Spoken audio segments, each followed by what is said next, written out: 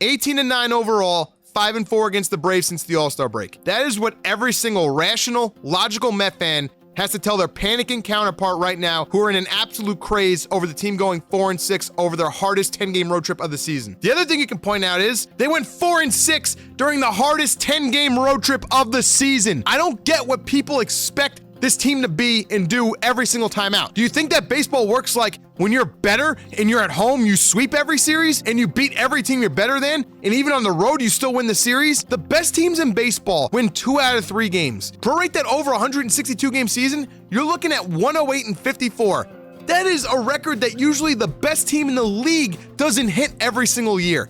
You're gonna lose games, you're gonna lose series to good teams. It happened to the Mets on this road trip. They are still the second best team in franchise history behind the 1986 Mets. They are still a top 4 team on this season. They are still on pace to win 100 games, and they are still in first place. I get it. You're worried because the Braves are a really good team too. They're arguably top 4. They're definitely top 5 along with the Mets. And they're also on pace to win 100 games. But that's just the luck of the draw for both of them. It's a two-way thing. You don't think the Atlanta media knows that right now, with the way the schedule shapes up, the last week of the season is going to decide who wins the division and who wins the wild card? And both the teams deserve to not only be division winners, but they deserve to have the bye as a top 2 seed in the league. It's just not going to happen for them because they're both pitted up against each other. It's unfortunate for the Mets and the Braves that they're both in the NL East. It's just the way that it works. It happens. But to lose your minds over a 4-6 road trip is nonsense. This team doesn't deserve that kind of mentality towards them with how they've played all year long. So I'm just going to feed a little bit more into the negativity here, and then we're going to make it all positive the rest of the way, all right? Because the team did go 4-6 on the road trip, and there were 3 winnable games that they lost. Game 4 against Atlanta and both Yankee games. Now, here's the thing. The game in Atlanta, the play's been beaten to death, but Grissom cannot score from first base on that play. It just cannot happen. 3-2 count, you know he's running. 3-2 Braves, they win the game like that. It was an unfortunate play to lose on. And the defensive miscue there and in the Yankee games that we're about to talk about is the only concerning thing to me from this road trip that this team has to completely correct, because they've been great all year long, and this is the only bad 10-game stretch that they've had like this. The Yankee game. The Yankees make a horrible miscue. They drop a pop-up. Vogelbach gets a 2-run home run. It's 3-2. The immediate next half inning, Lindor had a play, and he's been perfect all year long, where he had a slow do-or-die chopper. He had no chance of making the out of first base. He still threw the ball. He threw it errantly. Base runner goes to second base.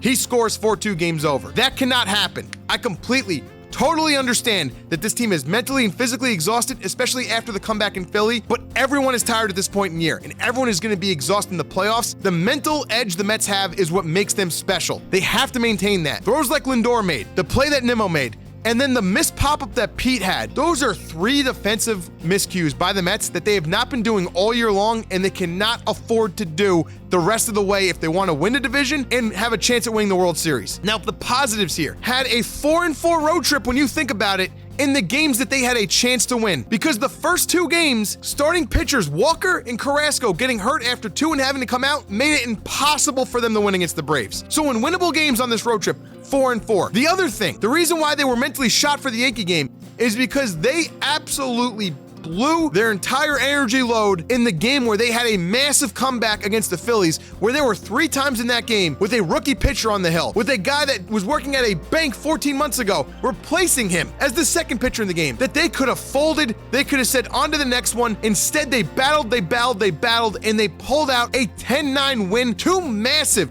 all-timer comebacks for this team this season against the Phillies in the franchise history happened because this team is mentally strong, and they're mentally built different than every Met roster we've seen since 2015. The Mets are going to be fine as long as they don't bring those defensive miscues with them. They had a rough 2 weeks. It was the hardest stretch of the season. They have 4 against the Rockies and 3 against the Dodgers. If they go 5-2 or better in that stretch and they take care of business the way they've been all year long, from now until the Braves series, you're probably looking at least a 3-game lead going into that series. You're looking at a 100-plus win season. All you can ask this team to do is win 100-plus games. If they win 100-plus games and that's not good enough for first place, then it was just unfortunate that they were in that division at that time, especially if they win 1 game against the Braves in the last series of the season, because that means that they would win the season series, as they're currently 9-7 overall against the Braves. Weekly recap though, not a great week, could have been a hell of a lot worse.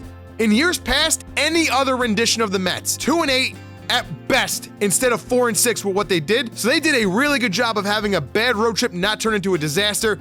They had one of the most impressive wins of the season against the Phillies. They dominated Nola and Wheeler in the other two starts when they were supposed to have pitcher disadvantages.